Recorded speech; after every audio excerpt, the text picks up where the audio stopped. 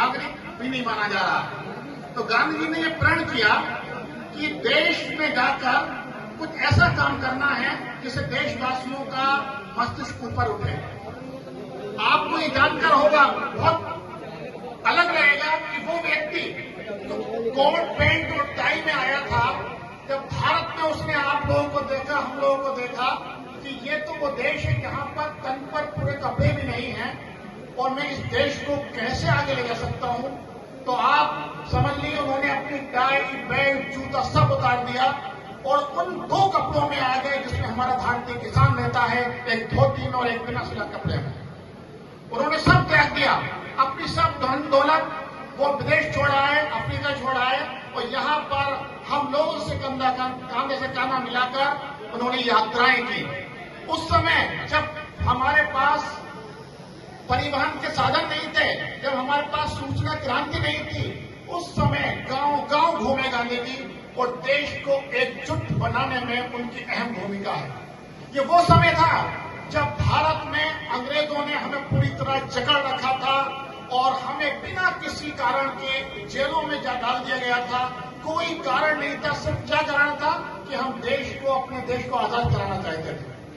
तो आपको देखें, दो बातें बताता हूं गांधी जी की, उससे आपको लग जाएगा कि आज हम क्यों याद कर रहे हैं, और हम ही नहीं, आज विश्व क्यों याद कर रहा है। उन्होंने देखा हमारे देश में विविधता है, अलग अलग धर्म के लोग हैं, अलग अलग भाषाओं के लोग हैं, अलग अलग जलवायु के लोग हैं।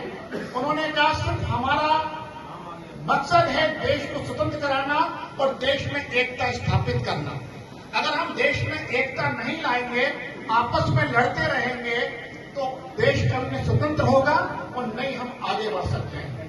तो हमें गांधी जी के विचारों से ये प्रेरणा लेनी चाहिए कि हमें एकजुट रहना है।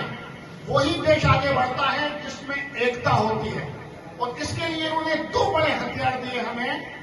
एक अहिंसा का, ये आप सब जानते हैं, जब हम हिंसक बन जाते हैं तो हम किसी का नुकसान नहीं करते, सिर्फ अपना नुकसान करते हैं, दूसरे का तो बाद में नुकसान होता है।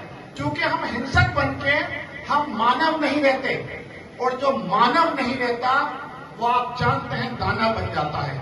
लेकिन जब हमें प्रकृति ने, हमें ईश्वर ने, हमें अल्लाह ने जब मानव बनाया है तो हमारे अंदर मानवीयता होनी चाहिए। जब हमने मानव के रूप में जन्म लिया है तो हम सभी का एक कर्तव्य बनता है, क्योंकि हर मानव में ईश्वर निवास करता है। जब तक हम इंसान नहीं बन सकते तब तक हम कुछ नहीं बन सकते। सबसे पहले आज हम गांधी जी जयंती पर यह प्रण करें कि हम पहले इंसान बने, और इंसान बनने के लिए दो बातें बताता हूं मैं। नंबर एक, हम जो अपने लिए पसंद करते हैं वो अपने भाई के लिए, अपने साथी के लिए, अपने पड़ोसी के लिए पसंद करें। कोई झगड़ा नहीं होगा, कोई हमारा दुश्मन नहीं बनेगा अगर हम जो व्यवहार अपने लिए चाहते हैं वही दूसरे के लिए करना शुरू कर